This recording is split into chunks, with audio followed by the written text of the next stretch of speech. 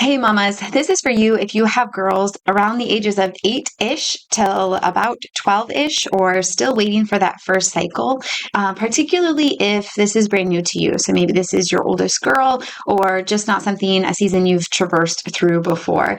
These are things that I wish I had known before my daughter was in this season. If you're new here, I'm Rita Johnson. I'm the owner of Health and Hormones, and here you'll find everything from fatigue solutions to period help and true gut healing. Let's dive in. So I have four daughters, and my oldest two are firmly into their cycles now. And one of the very first things I wish that I would have known prior to cycles is that emotionally, they're going to have a harder time regulating their emotions prior to cycles starting. And I think this is really helpful for us because as we live in the home with a girl who's really struggling with dysregulated emotions and she doesn't know why, and it's as if she's living PMS for weeks or months at a time. And she doesn't have any context for this, and we don't either. We have a hunch that this is on the horizon. Oftentimes, puberty will be preempted by a stretching out, so a big growth spurt, or they'll shoot up. Obviously, adding some curvature to their bodies will also start to happen as those estrogen levels start to rise.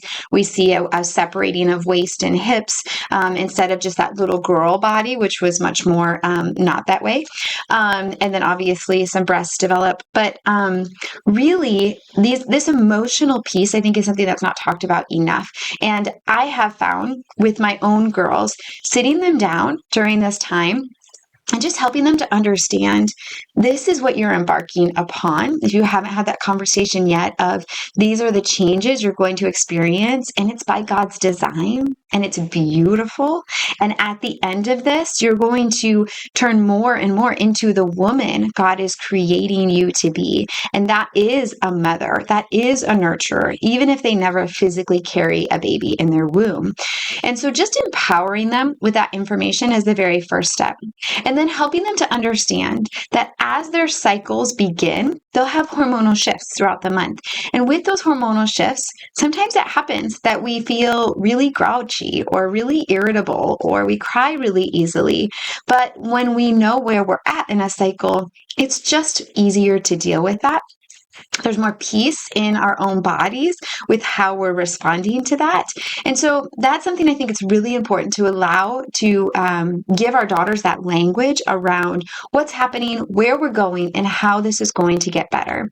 And particularly in my second oldest daughter, I found that that was really helpful for her. She had a much more difficult time with the emotional regulation piece prior to cycles. And now she really is able to lean into oh, where am I at in my cycle?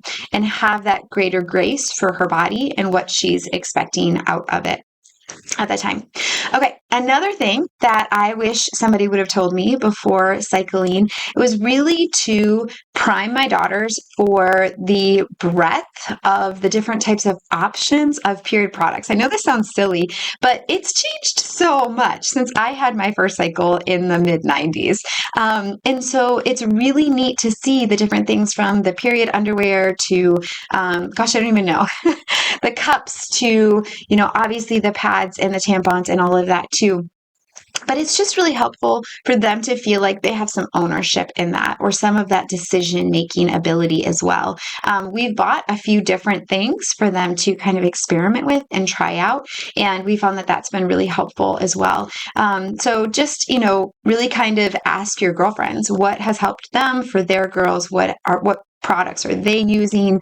Obviously, just starting with some pads is always a great first line, but exploring that from there. Quick side note here.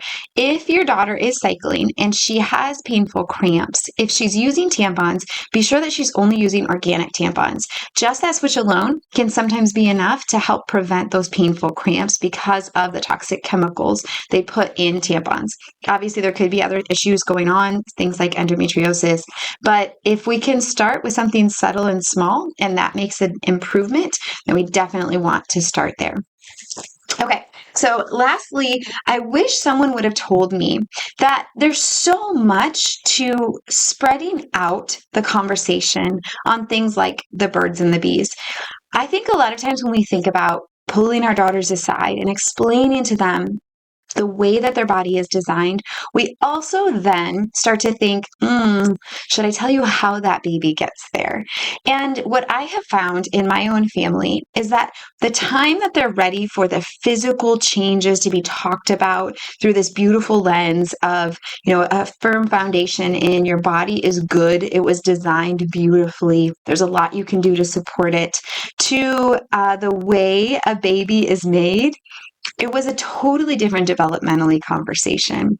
I found that most of my kids, we could have the first conversation somewhere around 8, 9, 10, depending on what was going on with them, what was going on with their friends and their community.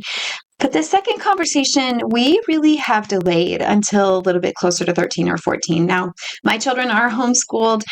They're not in a room with children that are talking about this openly. And I would definitely say, I just wanted to be the person that had that conversation with my kiddos. So I definitely would have moved it up had I been concerned about that. But it was just a really beautiful time and place to be able to experience all of that put together when we had that final conversation. And obviously, it's not exactly a one and done. It's an ongoing conversation, particularly in this world when there's so much else going on and so much for them to navigate. But that's what we found has worked really well for us and for our family. So I hope this is helpful for you. If not, or if you have other questions that you're like, gosh, what am I going to do about this? Please reach out or put a comment below. I'd love to hear more what you're struggling with and how we can help you through it.